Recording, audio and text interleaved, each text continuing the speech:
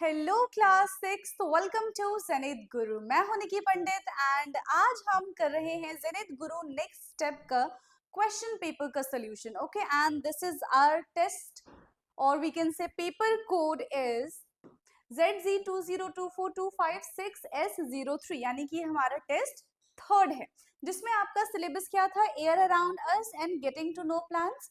Air around us के आपके पास 10 क्वेश्चंस आए थे and getting to know plans के आपके पास 10 क्वेश्चंस थे, तो टोटल यहाँ पे 20 क्वेश्चंस हो गए। Okay, so let's discuss this question paper and जिन स्टूडेंट्स का ये एग्जाम मिस हो गया है, don't worry, will discuss about that. ठीक है, इस वीडियो के एंड में हम उस चीज को डिस्कस कर लेंगे। ओके, सो परेशान होने की जरूरत नहीं है। Let's start. So first question of today's class is the components of the air used by the green plants to make their food is। तो कौन सा components, air का कौन सा components plants को चाहिए होता है ताकि वो अपना खाना प्रिपेयर कर सके? So they need carbon dioxide, oxygen, nitrogen and argon. So basically these all four are gaseous and आपको बताना है कि which gas green plants used to make their food। तो कौन सा गैस का इस्तेमाल करते हैं? Generally plants use carbon dioxide to make their food. देखो, प्लांट्स दो प्रोसेस करते हैं, one is respiration, another one is photosynthesis, right, जिसमें वो अपने खाने का प्रिपरेशन करते हैं, जिसमें अपने फूड का प्रिपरेशन करते हैं। So plants need oxygen in respiration and plants take carbon dioxide in photosynthesis. तो यहाँ पे हमसे क्या पूछा है? फोटोसिंथेसिस का बता दो क्या होगा। सो for question number 1 option A is correct. Now question number 2, which gas in the atmosphere is essential for respiration? देखो, हमारे लिए इस एनवायरमेंट में कौन सा गैस बहुत ज्यादा एसेंशियल है? ठीक है, अब देखो, हम इनहेल क्या करते हैं? वे जनरली क्या हमेशा ही वे इनहेल ऑक्सीजन, राइट। उसके अलावा बहुत सारी गैसेस प्रेजेंट है बट हम उसको इनहेल नहीं करते हैं, है ना। ऑप्शंस में क्या है? Nitrogen, carbon dioxide, oxygen and none of these. तो नन ऑफ दीज तो देखो दूर दूर तक नहीं होगा, है ना। बहुत सारी गैसेस प्रेजेंट है, 21% ऑक्सीजन प्रेजेंट होता है, 78% नाइट्रोजन प्रेजेंट है, कार्बन डाइऑक्साइड 1% में आता है, right. So these all are the mixture of the gases जिसमें से हम ऑक्सीजन का इनहेलेशन करते हैं for respiration. Okay, so question number 2, which option is correct? Option C is correct. Now next question, question number 3। So question 3 is what are the properties of air? Air की क्या क्या खासियत है, क्या क्या उसकी प्रॉपर्टीज हैं, उसके बारे में हमको डिस्कस करना है। So it occupies space, it is present everywhere around us, it has no colour and it's transparent and all of these. तो देखो भाई, एयर स्पेस ऑक्यूपाई करता है, ये हमने चैप्टर में पढ़ा था। आप एक बॉटल ले लो खाली, अब आपको लगेगा कि उस खाली बॉटल में कुछ नहीं है, बट उस खाली बॉटल में हवा है। इसका टेस्ट क्या है? आप बॉटल को बिल्कुल अपसाइड डाउन करके पानी के अंदर डालो तो आप देखोगे कि उसके अंदर पानी फिल नहीं होगा। व्हाई? बिकॉज वो पहले से ही फुल है। लेकिन जब आप उसको थोड़ा सा टिल्ट करके पानी के अंदर डालोगे तो आप देखोगे कि एक साइड से पानी जा रहा है, दूसरी साइड से बबल आ रहा है, एंड दैट बबल, ठीक है, वो जो बबल है वो हमें श्योरिटी देता है, वो हमें बताता है कि यहाँ पे गैसेस का इन्वॉल्वमेंट है, in this bottle gas is filled. ठीक है, जो कि पानी के अंदर जाने से एक रास्ते से गैस बाहर आ रही है। तो ये भी करेक्ट है, ठीक है, कि गैस जो है स्पेस ऑक्यूपाई करता है हर जगह हमारे आसपास, चाहे हम कितना भी छुप के बैठ ले, कितने भी कंबल रजाई में छुप ले, हर जगह एयर प्रेजेंट है हमारे आसपास, है ना। It has no colour, of course हम हवा को नहीं देख पाते हैं, कैसा होता है वो? ट्रांसपेरेंट होता है। ट्रांसपेरेंट मीन्स जो, जिसको हम बोलते हैं पारदर्शी। ठीक है, यहाँ पे हर जगह हवा हवा है बट हम हवा के आर पार देख सकते हैं, वो ट्रांसपेरेंट होता है। ऑल ऑफ दिस, तो सारे के सारे ऑप्शन यहाँ पे एकदम करेक्ट है एयर के बारे में। Now question number 4. So question 4th is which components of the air are harmful to living organisms? कौन सा एयर का कंपोनेंट है वो हमारे लिए हार्मफुल है? अगर हम उसके कांटेक्ट में आते हैं तो हमें डिजीज हो सकती है, राइट, और भी तरह तरह की प्रॉब्लम्स हो सकती हैं। तो वो एयर के कौन से कंपोनेंट्स हैं? Gas and water, oxygen and nitrogen, dust and smoke, nitrogen and phosphorus. So basically वो क्या हो जाएगा? आंसर है dust and smoke. Why dust and smoke? आप देखो ना, कहते हैं कि स्मोकिंग किल्स, है ना। तो जो स्मोक है, जो धुआं है, वो हमारे लंग्स में जाएगा and it damage our lungs, तो मतलब वो हमें हार्म कर रहा है, that is toxic for us, है ना। डस्ट है, धूल मिट्टी जब भी आती है हम क्या करते हैं, कोई हमें बोले चाहे ना बोले, हम अपना फेस कवर कर लेते हैं, व्हाई, बिकॉज उसमें इतने सारे जर्म्स होते हैं, it enters in our body.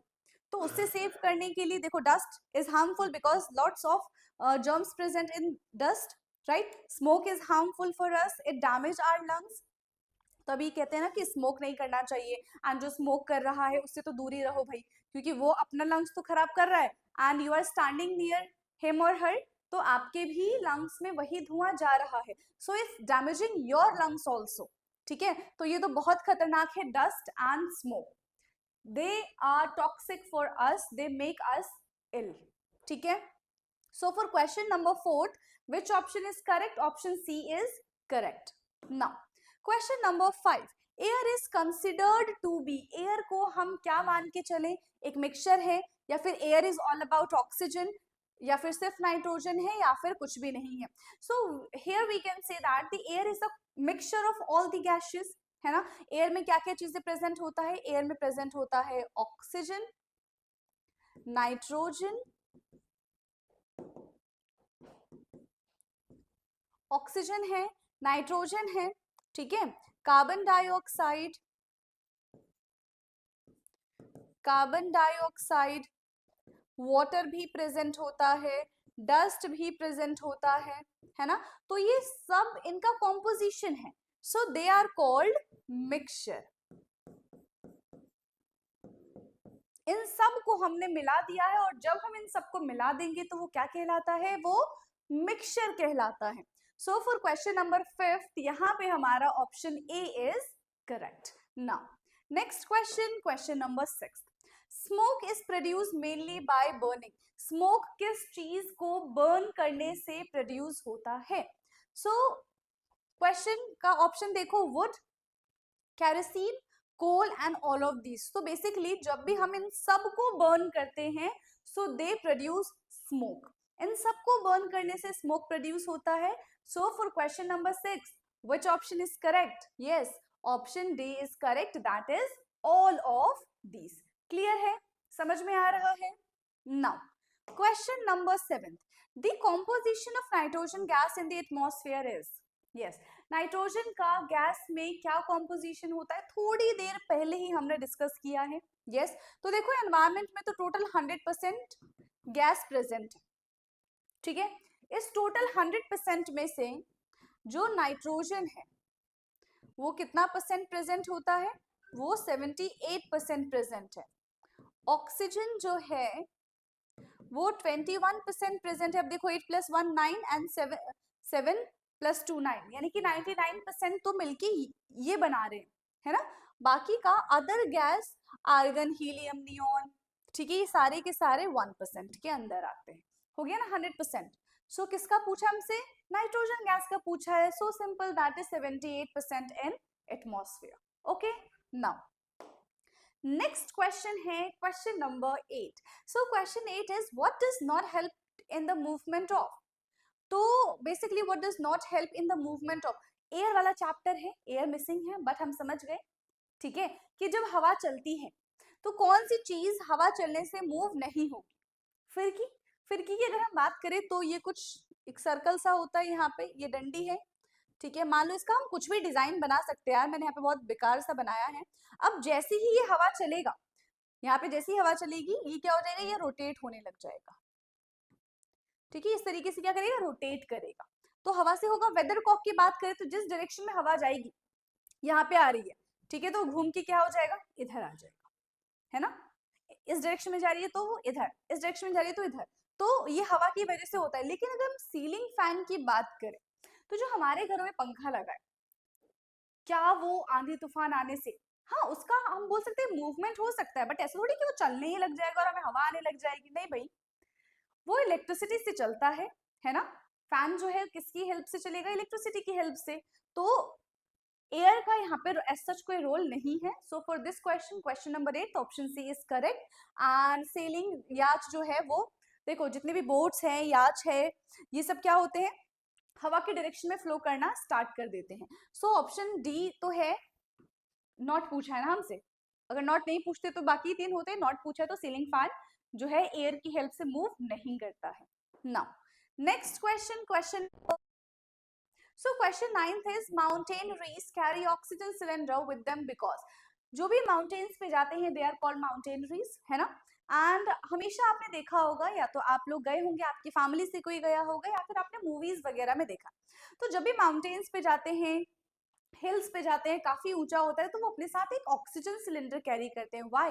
Because जैसे जैसे हम टॉप पे जाते हैं, ठीक है, ऑक्सीजन जो है उसका लेवल धीरे धीरे डिक्रीज होता चला जाता है ना।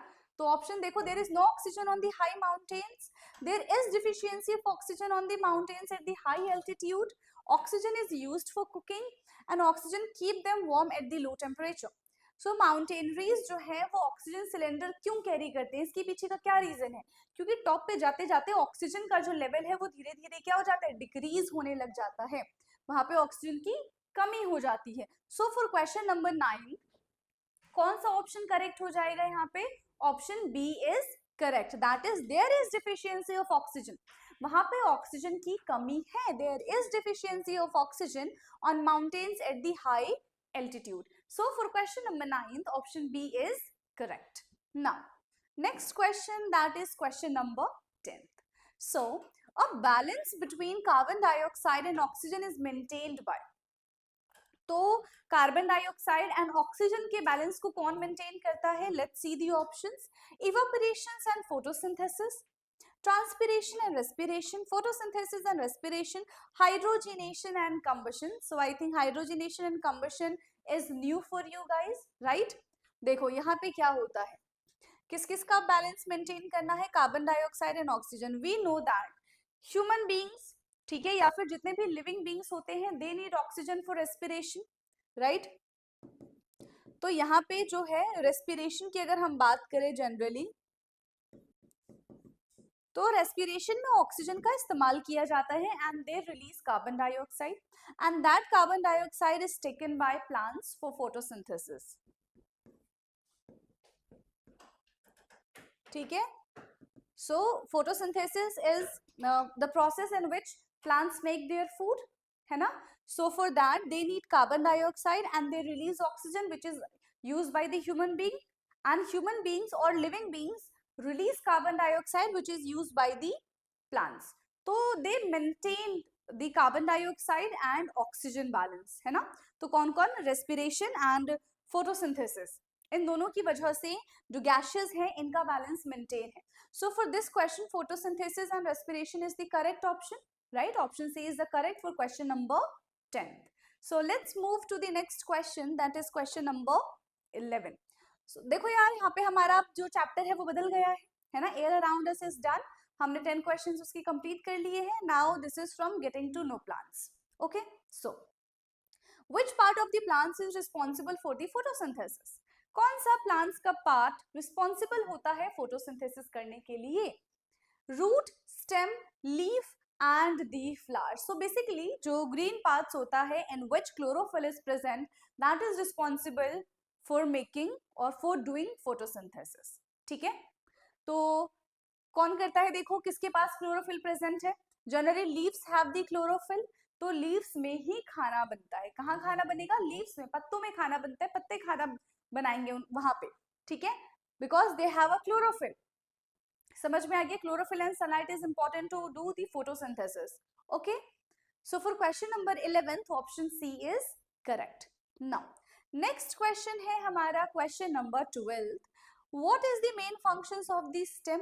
स्टेम का मेन फंक्शन क्या होता है? Now first you have to understand what is stem.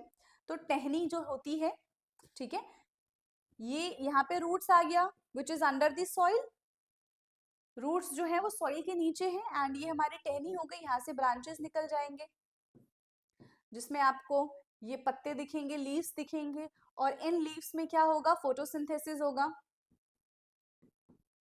ठीक है। अब देखो आप मेरे से बेटर ड्राइंग कर सकते हैं तो आप सुंदर सा बना लीजिएगा, ठीक है। अब जितना मेरे से बन पाया है उतना मैंने यहाँ पे बना दिया है, ठीक है। और मान लो ये एक बड़ा सा हमने पेड़ बना दिया है, ठीक है। समझ में आ गया? अब इतना हम बना दिए तो एक अच्छा सा फ्लावर बना देते, फ्रूट्स भी बना देते। तो यहाँ पे बनाया है हमने ये सुंदर सा फूल बनाया है, ठीक है। और ये किसका पेड़ बना दे हम, हैं? अभी देखो इन्हीं फ्लावर में से फ्रूट्स आएंगे, इतना याद रखना आप लोग, ठीक है। तो वेट करो कि कब इसमें से फ्रूट्स आएंगे, है ना। क्वेश्चन पढ़ते हैं, what is the main functions of this stem. तो ये जो स्टेम है इनका काम क्या होता है।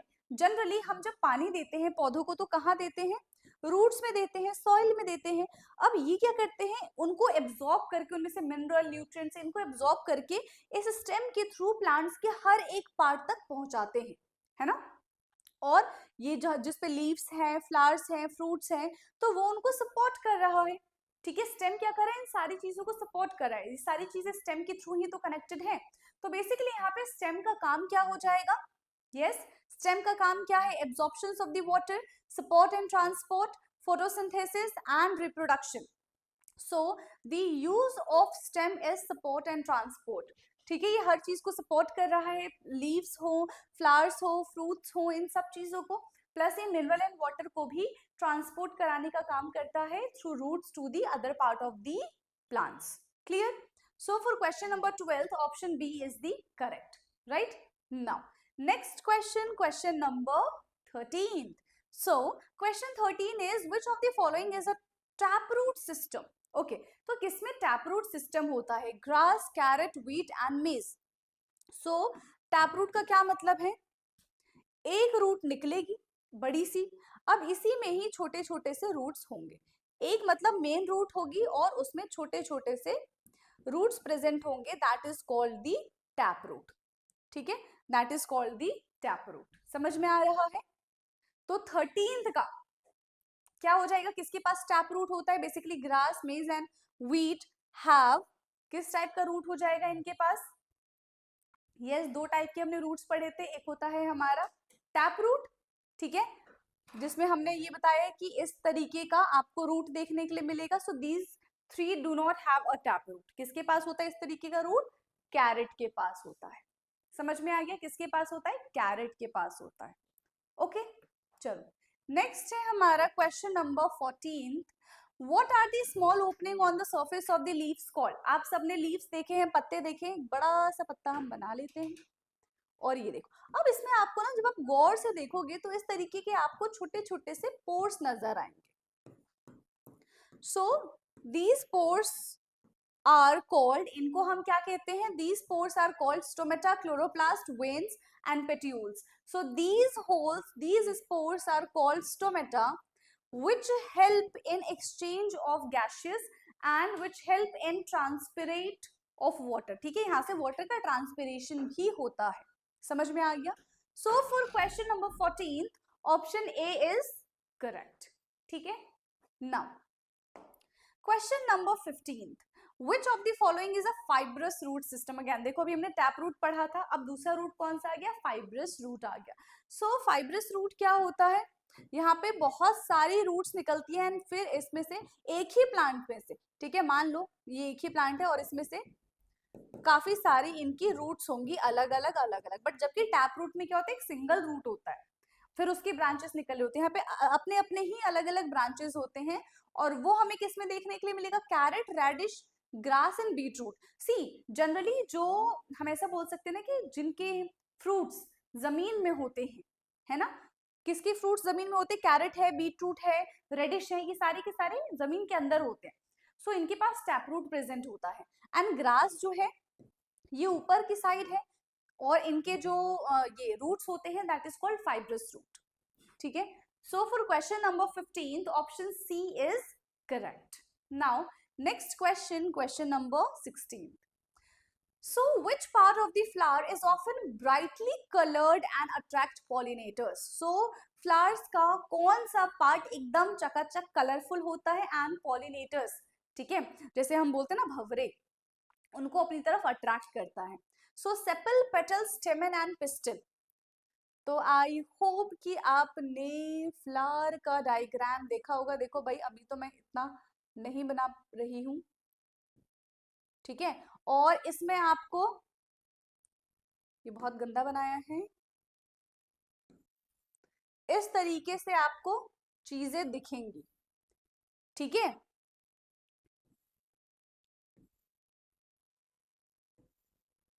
ऐसा, तो बेसिकली ये जो होते हैं ये होते हैं coloured, red colour, blue colour, pink colour, yellow colour, है ना। इन सब कलर्स के क्या होते हैं, पेटल्स होते हैं विच अट्रैक्ट पीपल ऑल्सो, वो हमें भी अट्रैक्ट करता है, तभी तुम जाके फूल को तोड़ लेते हैं फटाफट से, क्यों, क्योंकि उनके पेटल्स बहुत सुंदर होते हैं, ठीक है। तो for question number 16 which option is correct, option B is correct. Now next question, question number 17, what is the green pigment in leaves is called. देखो भैया, आई थिंक पहले और सेकंड दूसरे क्वेश्चन में ही मैंने आपको इसका आंसर बताया था, जहां पे हमने फोटोसिंथेसिस के बारे में बात की थी कि प्लांट्स में एक ग्रीन कलर का पिगमेंट प्रेजेंट होता है, जैसे हमारी बॉडी में रेड कलर का पिगमेंट प्रेजेंट होता है, that is called haemoglobin.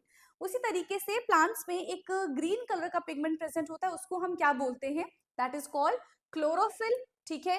Carotene, anthocyanin and एंथोफिल, उसको हम क्या बोलेंगे, दैट इज कॉल्ड क्लोरोफिल, ठीक है। Chlorophyll is a green pigment which is present in plants, generally वो लीव्स में प्रेजेंट होता है, स्टेम में भी प्रेजेंट होता है, एंड क्लोरोफिल की वजह से ही प्लांट्स अपना खाना प्रिपेयर कर पाते हैं, ठीक है।